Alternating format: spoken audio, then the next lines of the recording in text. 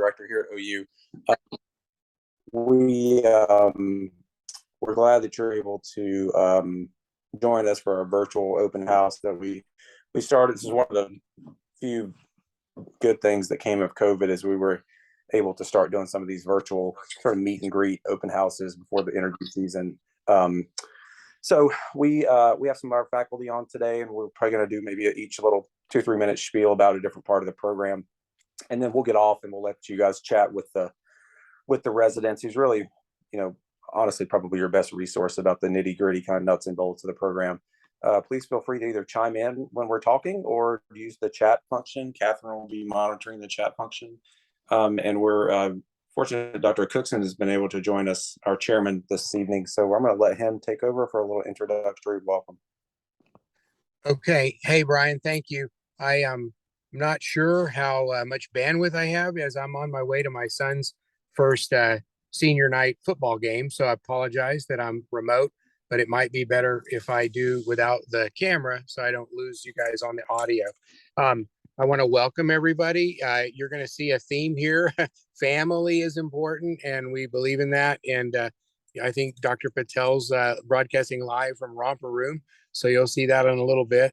But anyway, we want to welcome everybody, get a little time for you guys to learn about our program. Things at OU Urology couldn't be better in terms of our program, the status of our program, the health of our department. We have wonderful attendings, great, talented people to learn from, almost every domain covered. We don't do a lot of transplant, but we do some recipients on occasion. But in terms of the main core reasons you would go into urology, I think we have our bases well covered. We have lots of technological stuff that people are always asking about, things like that. We have all the bells and whistles, and what cancer wise, we have fusion biopsies and blue light cystos and lots of robots and all those kind of things. We have a really wonderful children's hospital that's a freestanding children's hospital that is really the only thing in the region. So you guys will enjoy. We currently do not have fellows in pediatrics, so that's really nice. You get to do all the cases with the attendings, and there's 2 of you on the service, so they like that. We have a nice, busy VA hospital that also has both a single port robot and an XI robot, but all the other bells and whistles too. So our VA is a nice place for you guys to train and have a little more autonomy. We have our brand new hospital that we built about a year ago, and we're moving into that.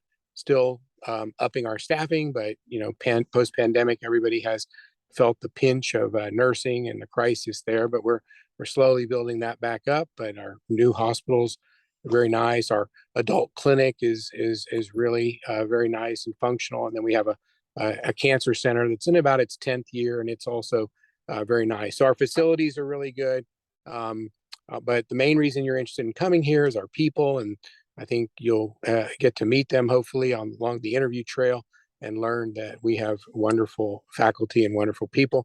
Our residents are outstanding, and this is the whole purpose of recruitment, is to lure good candidates in, and then hopefully we will find a match between the 2 of us.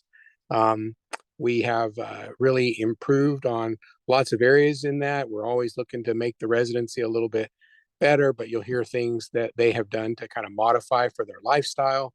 Things like Nighthawk and call coverage, that if you're really busy at night, you can go home the next day, that kind of stuff. We have expanded our residency, and we're almost up to 4 per year that we added from 3 per year. We increased our faculty like 17, but from about 3 to 5. And we never increased the resident complement, but we finally did. So the resident complement's growing. We have a lot of diversity within our residency, so you'll kind of notice that. I think almost half of our residents are female now, but that's a big change from historical, maybe 10 years ago, 15 years ago. So things are really going well at OU, and hope that you learn a lot tonight. As Brian, Dr. Cross mentioned, this is your time to meet with our residents and talk to them after a little bit of intro from the faculty, but we're the car salesmen, and they drive the cars, so they know better than we do what it's really like, and we won't micromanage them as they give you their comments. But thank you for attending, and I hope you learn a lot tonight. Thank you. All right, thanks so much, Dr. Cookson, for that intro. I know you have to go, so I think we'll move on here. Dr. Sanjay Patel is one of our urologic oncologists and really the leader of our robotics program. And he has agreed to speak a little bit about the robotic volume that we have here at OU and some of the robotic experience and exposure that our residents get. Sanjay, are you able to talk now or not? Yeah, I can talk. I got them distracted with YouTube. See, oh, perfect. They're watching Kobe Bryant highlight reels. See, look at this.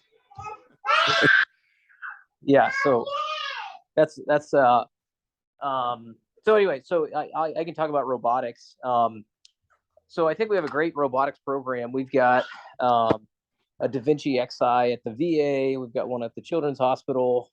There's actually even an SP robot at the VA as well. And then we have 4 Da Vinci robots at the main hospital. So there's not a paucity of cases, certainly, that we do robotically. And I think we definitely do a lot of the standard kind of bread and butter stuff, like the robotic prostates and partial nephrectomies and things like that. But we also kind of, push the limits a little bit and do some more of the advanced stuff. And so we'll do robotic cystectomies with intracorporeal conduits and neobladders.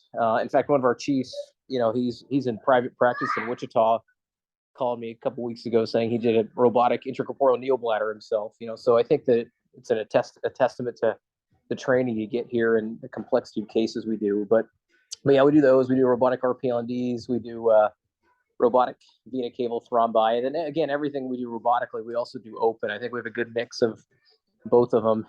And I think that over time, what you'll notice in all residency training programs, I think there's a shift to doing those cases, more of them robotically. So certainly I think that we offer a good mix of both. And I think that we have a dedicated first assistant that's over here with us. His name's Jacob. He's an excellent surgeon, excellent teacher. He kind of walks the residents through a lot of the things that we do. And he's an asset to have because he's here. That means we don't have to have someone bedsiding. You can actually get more time on the console. So I think that all those are great things. And again, you go to the Children's Hospital, you'll still get access to a robot there. And then at the same time, when you're at the VA, you can have access to the XI there, and then even do some SP cases. I know Andrew McIntosh has done probably a couple of the single port cases down there with that. So again, I think it's a great robotics volume. I think you learn how to operate when you leave here. I mean, we have residents, like I said, that are doing intracorporeal neobladders and cystectomies robotically. And so, that's probably one of the trickiest operations period to do. So I think you could learn the little things in between as well. So that's really all I wanted to say. I think it's a graduated training program. You're not just going to show up and do it on day one. We kind of walk you through it, start with little steps at a time and advance you. And everyone's different. And we try our best to cater the training to each resident's needs, So that's really all I got. Hopefully you can hopefully you heard most of that. Yeah, we got it.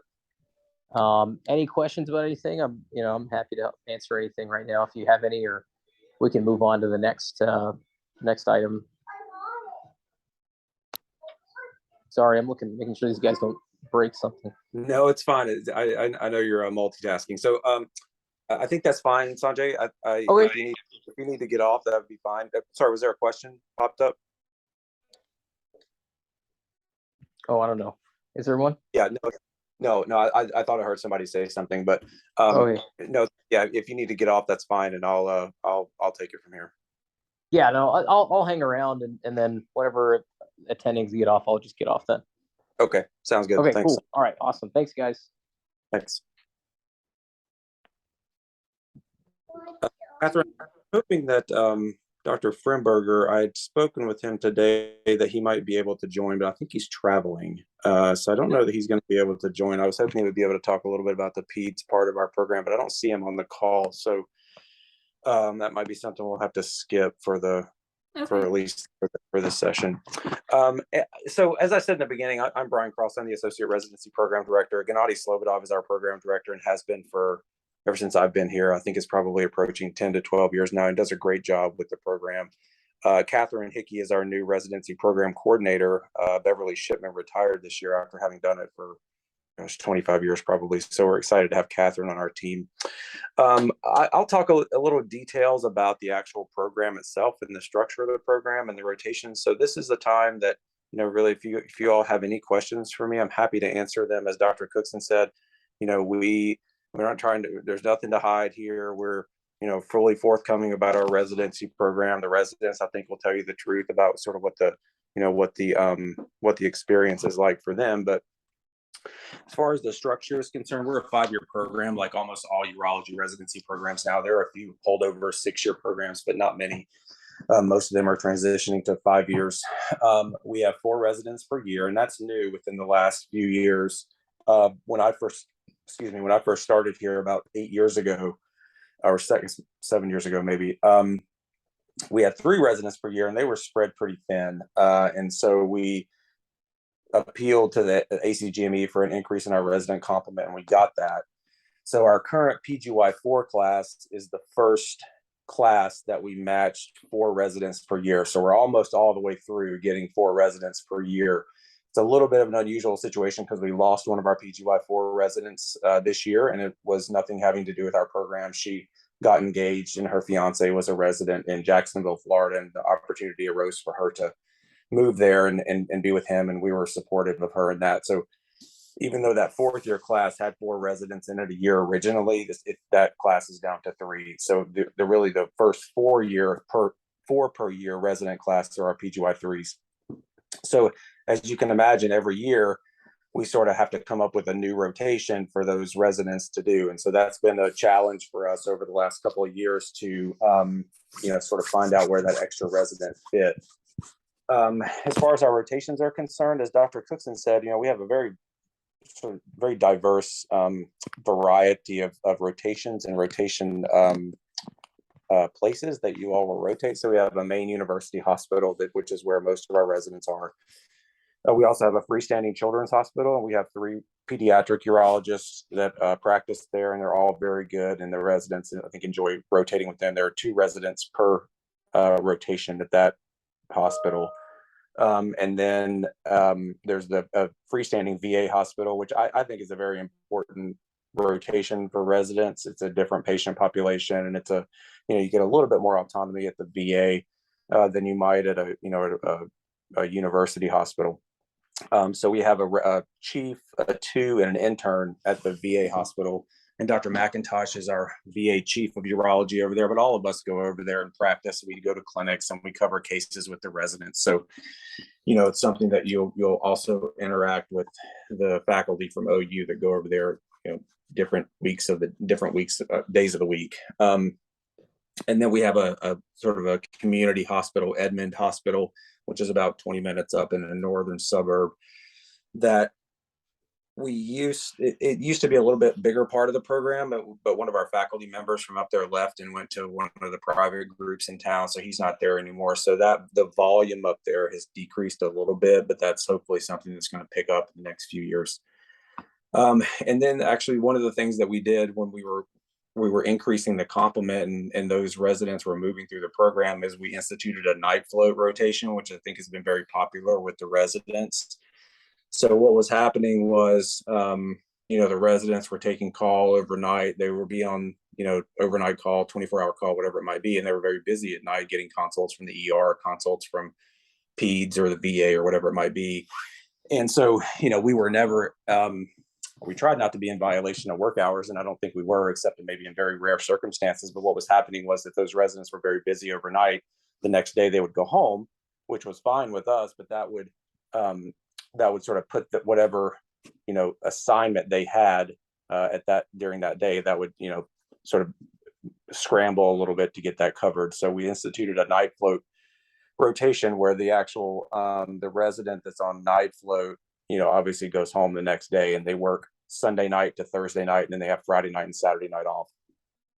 So I think that's been very popular from the resident perspective, and that's covered by our PGY2s and PGY3s. As far as the didactics are concerned, we have several didactic conferences throughout the week. You don't go to all of those. It depends a little bit on which rotation you're on. So for instance, if you're on the team 1 or the team 2 rotation, you don't go to the pediatric didactics. And obviously, if you're on peds, you don't come to the tumor board or, the oncology didactics or whatever it might be. Our Friday mornings are really our main didactic session, and that's kind of true for all. That's kind of true for the entire campus. Is that seems to be the sort of educational morning, because the OR starts later, so it's easier for people to get their didactics in. They don't have to get to the OR till 8:15, and so that's the time that we use to do our AUA core curriculum, our board style case presentations, our M&M conference, that kind of stuff. So that's something that we usually are able to all get together and do those things. So we have those on Friday mornings at 6:30. What else about the program? As far as Dr. Cookson said, the things that you all are going to look for during the interview season are, where you feel like you're going to get good training. And really that's something that is regulated very, very strictly by the ABU and the ACGME. So, residency programs have to meet certain standards. So you're going to get good training about anywhere you go. A lot of it is going to be where you feel like you fit in, where you like the people, and where you feel like the culture is something that you fit into. And that, unfortunately, that's a little bit hard to convey over a Zoom conference, but we do the best we can as far as that. And so, we're obviously, the interviews are still virtual, and so you're not able to go to the places in person and sort of get the feel of the place. But I think that, we do the best we can to sort of convey that culture over a virtual format.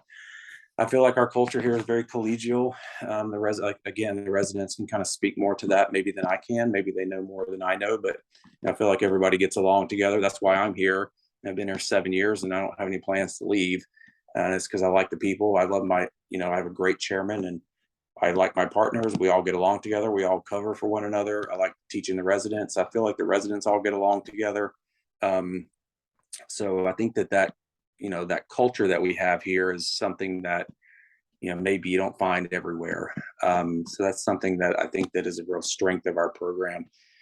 A lot of people always ask, and this is a very valid question from any applicant that has, thoughts of spending somewhere for 5 years, is, what changes do you potentially see over the course of the next 5 years? And the answer to that is, I don't really think that there are too many that are coming up. Dr. Cookson mentioned the increase in faculty complement that has happened over the last, say, 9 to 10 years since he came here.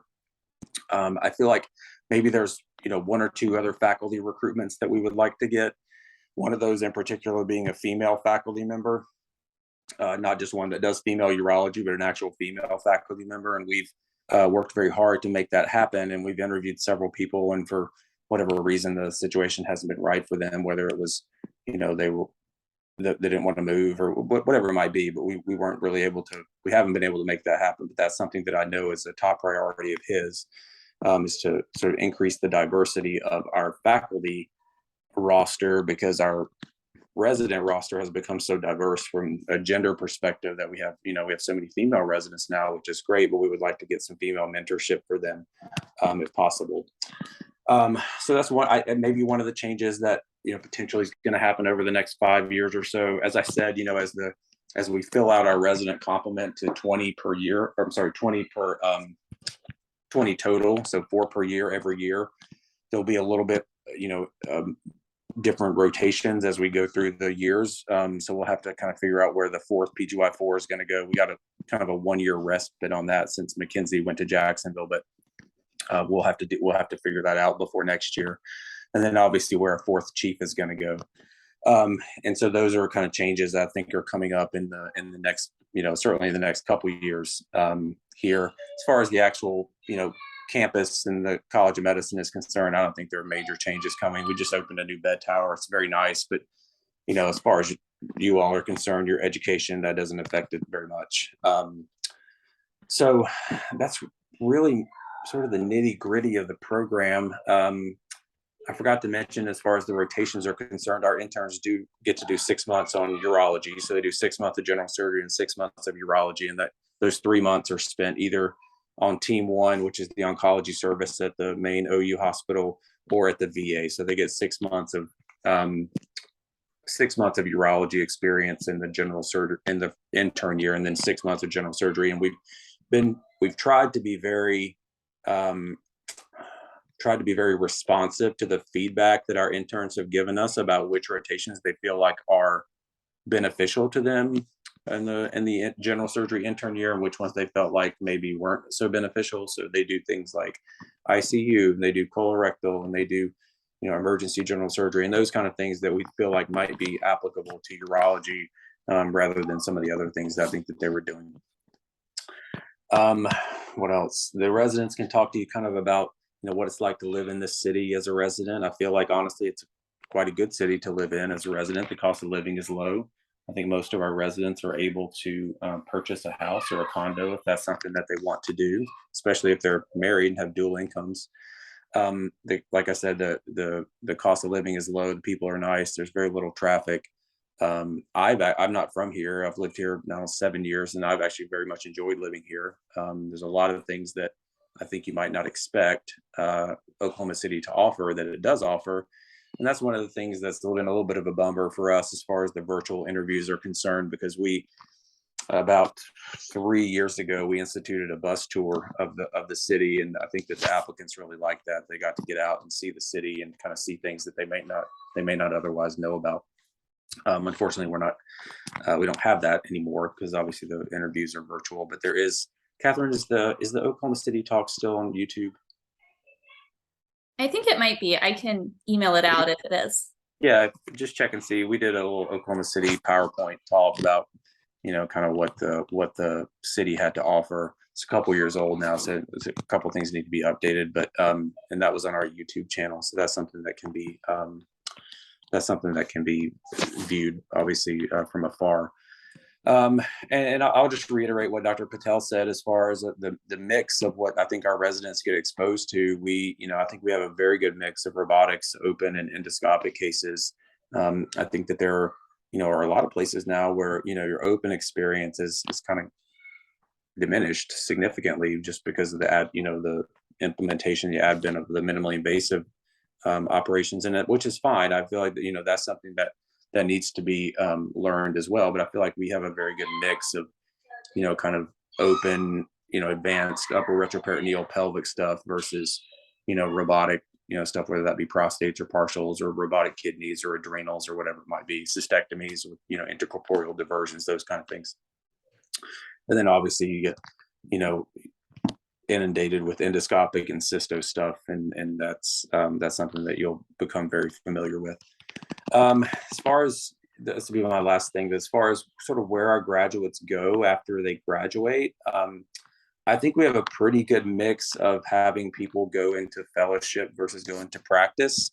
In the last few years, I think it's skewed more towards going into private practice. But in the time that I've been here, we've had an oncology fellow, we've had a peds fellow, we've had a recon fellow. So I think it's a place that you can do whatever you want to do. I don't think that we push you one way or the other. I don't think we push you into academics if that's not something that you're inclined to. But I feel like if you want to do academics, you're in a good place that you can build your resume and meet people that would help you get fellowships that you want to get. Dr. Cookson is very well known in the urology world, especially in the oncology world, and he has a lot of contacts that can help, whether that be with jobs or fellowships or whatever it might be. The sort of mid-career of us, we have our contacts out there too that can help get some, help you hook you up with people that might help you get where you want to be. So I feel like it's a place that you can do whatever you want to do, but we don't push you to do one or the other. I think that's really it. Catherine, let me see if I have anything else I wanted to mention. No, I think that was it. Are there any questions from the group? I'm happy to answer them. You can use the chat, or you can just chime in or unmute and talk, and it's very informal.